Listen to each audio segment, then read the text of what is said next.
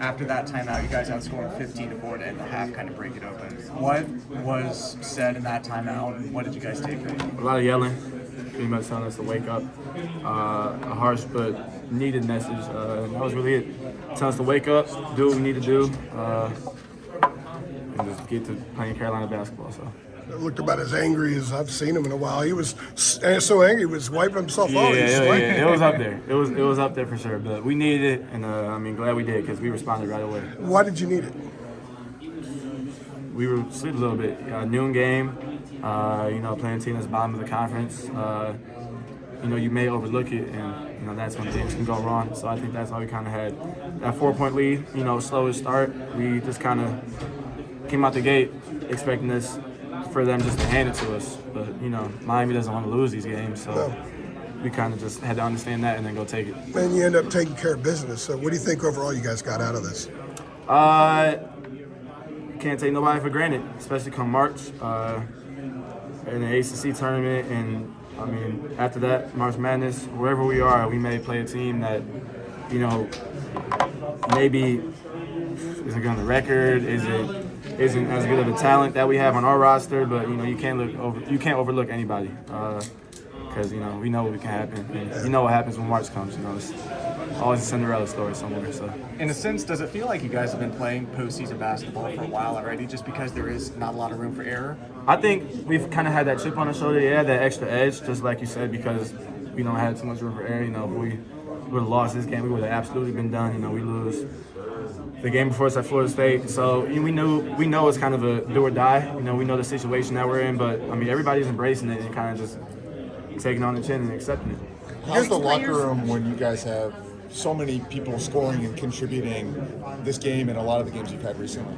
Yeah, everybody's vocal, everybody's chipping in, everybody's trying to be a leader in their own part, and even when guys aren't scoring or guys aren't rebounding, that's still what we need from them. That's what we're going to need from here on out with Virginia Tech and Duke in the regular season, and we need an ACC tournament to try and put ourselves in a good position. It really helps our team. RJ talked about how there's a different kind of connection and increased connection. 6 players in double figures, second game where many players have reached double figures. Can you talk about that increased connection and what that's been like developing that? We're just playing team basketball, and I think we've done a really good job of adapting to how defenses play us. When defenses, they switch on us all game long, we've in the last few games, we've really adjusted to that and made the best out of it, honestly. That's all we can do. But everybody's starting to eat off of the unselfish basketball that we're playing. And, it's boosting the team morale, it's boosting everybody's confidence. It's exactly what we need just to keep going. Do you think there's an origin of that, or when that first started that kind of has propelled this? I don't know. I feel like since Clemson, we've been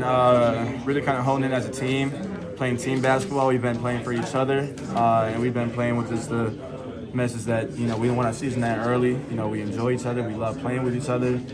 So if we want to get the most out of the season, we got to make sure we make the most out of it. How long does that Clemson game seem like? This felt like a long. I don't even know. Probably 2 months ago, honestly. Maybe not 2 months. Like a month and some days, but this felt like a really long time. I remember talking to you after that game and talking with RJ, and that was about as down as I've seen you guys during the regular season after a loss. Since you've been here, maybe since he's been here. Yeah. I know I've asked before what flipped the switch, but when you look back now and it seems like 2 months or whatever, how much has this group changed since then? Can you quantify that? I think we've taken a complete 180. I think guys have really put their focus on what they need to put their focus on. Guys have put their focus on each other, and they put their focus on what Coach Davis has to say and what the rest of the coaching staff has to preach to us. If we kind of just simply, if we do what they tell us and we hone in on the details and the discipline that they pound on us every day, it'll take us really far, and I think that's what we've been doing these last few weeks. You had some critical words that night. Have all those boxes that you were concerned about been checked since then? Absolutely. I'm never a guy who will get mad at guys for not taking shots. I'm never a guy who won't get mad at guys for missing shots, for taking too many shots, whatever it is. But I'll be a guy to be upset with the effort that's there or the concentration or whatever it may be, and that's what we were lacking at that time. But we've done an incredible job picking up our energy as a team, picking up our morale for each other, just making sure that everybody's confident and happy, making sure that we're boosting each other up every single possession. We've done just such a good job with that, and it's been huge. So I can't complain. Cool, thanks, man. Appreciate it.